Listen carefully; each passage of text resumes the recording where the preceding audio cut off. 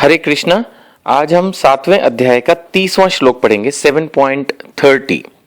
से अधिभूत अधिदैवम माम से अधियज्ञम च विदु प्रयाण काले अपि च माम ते विदु युक्त चेतस। अर्थात जो मुझ परमेश्वर को मेरी पूर्ण चेतना में रहकर मुझे जगत का, देवताओं का तथा समस्त यज्ञ विधियों का नियामक जानते हैं, वे अपनी मृत्यु के समय भी मुझ भगवान को जान और समझ सकते हैं। इस श्लोक में दो बातें आ रही हैं अलग अलग दिशा से, जो कनेक्ट होकर किस तरह से हमें अपने जीवन की सफलता मिलेगी उसके बारे में क्लियर इंडिकेशन दे रहे हैं। पहली बात तो भगवत गीता में सबसे प्रमुख विषय यही है कि हम इस बात को समझें कि ये पूरी दुनिया आखिर किसने बनाई है। Who is the supreme personality of godhead. मैं अनेक बार ये चर्चा कर चुका हूं और मुझे लगता है कि अगर अनेक बार चर्चा करके भी जो भी व्यक्ति, कोई एक व्यक्ति भी अगर मेरे इस प्रयास को सुन रहा है तो मेरा तो जीवन सफल हो जाएगा, अगर हम गीता के इस एक मुख्य संदेश को समझ पाएं कि जितने भी देवी देवता हैं जिनके बारे में आज तक हमने सुना है, चाहे उसमें फिर ब्रह्मा, विष्णु, शिव, कोई भी देवी देवता जिनके बारे में आपने सुना है, लक्ष्मी जी, लॉर्ड गणेशा, कुछ भी, ये सब भगवान श्री कृष्ण के या तो रूप हैं या अंश हैं। तो भगवत गीता में ये मैसेज स्ट्रांगली मिलता है और एक बार नहीं बार बार मिलता है। प्रभुपाद जी से कई बार उनके शिष्य पूछते थे कि प्रभुपाद जी अब एक ही बात को इतनी बार क्यों बताते हो?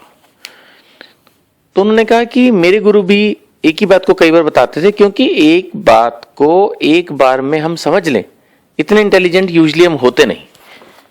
इसीलिए शायद भगवान भी अपने ही बारे में बार बार भगवत गीता में एक्सप्लेन कर रहे हैं। इस श्लोक में भी श्री भगवान कह रहे हैं कि जो मुझ परमेश्वर को पूर्ण चेतना में रहकर मुझे इस जगत का, देवताओं का और सभी यज्ञ विधियों का नियामक जानता है।